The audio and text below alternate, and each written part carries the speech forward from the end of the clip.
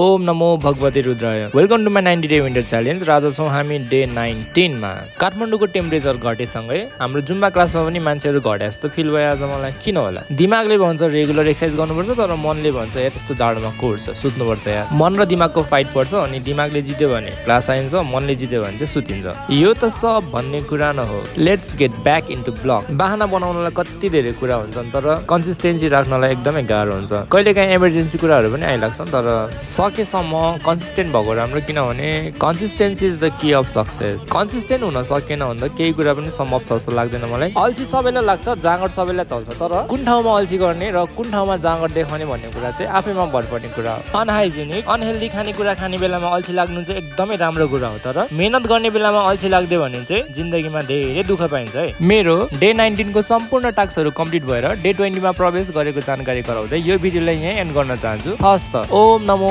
भगवते रुद्राय।